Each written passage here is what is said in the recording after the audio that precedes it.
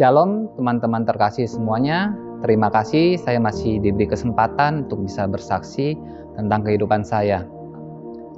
Semoga kesaksian saya ini bisa berdampak buat teman-teman semua, khususnya teman-teman yang masih berusia muda. Perkenalkan, nama saya Ahan. Saya lahir dari keluarga yang biasa-biasa saja dan saya sudah Kristen dari waktu saya kecil. Sejak kecil saya udah ditinggal sama papa udah meninggal dan saya dibesarkan sama mama.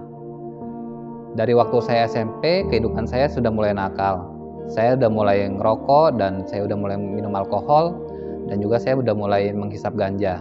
Kenakalan saya berlanjut sampai usia saya dewasa, di mana saya sudah mulai kenal narkoba.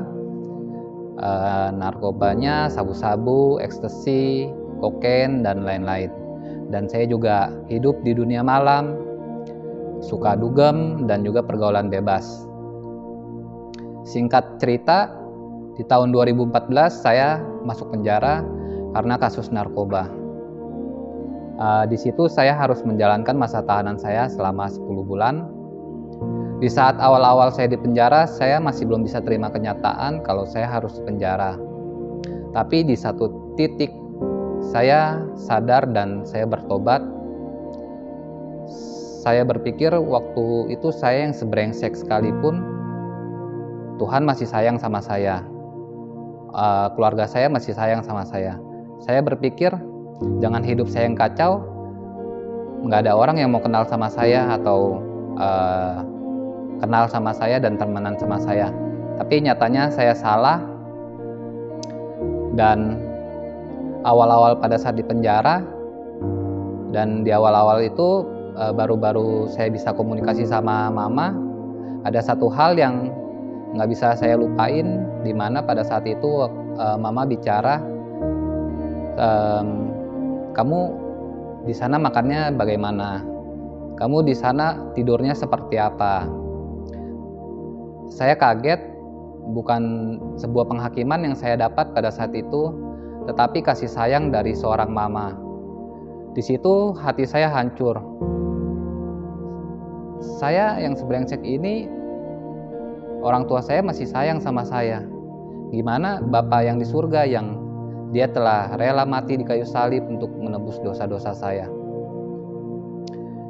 Di saat itu saya baru tahu, saya diperbolehkan masuk penjara itu semua karena seizin dari Tuhan.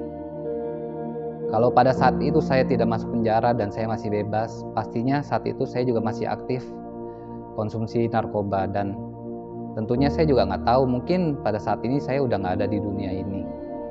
Puji Tuhan, Tuhan masih selamatkan saya dan sampai saat ini saya masih ada. Singkat cerita, setelah beberapa tahun kemudian pada saat saya sudah bebas dari penjara, saya mulai kenal gereja ini. Dan saya mulai aktif di gereja ini. Dan puji Tuhan saya mulai kenal sama teman-teman yang ada di gereja ini, di mana semua teman-temannya itu saling mendoakan, saling mendukung, dan saling mengingatkan.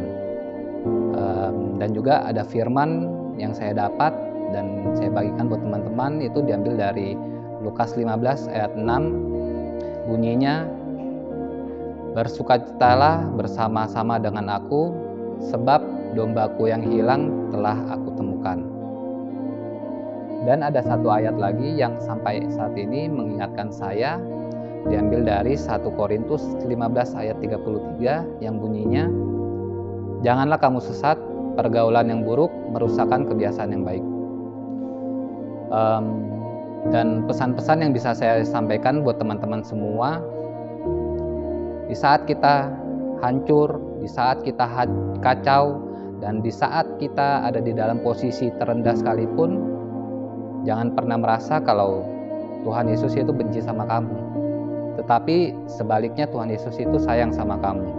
Hidup ini bukan hanya untuk menyenangkan diri sendiri, tetapi hidup ini kita juga harus menyenangkan Tuhan Yesus.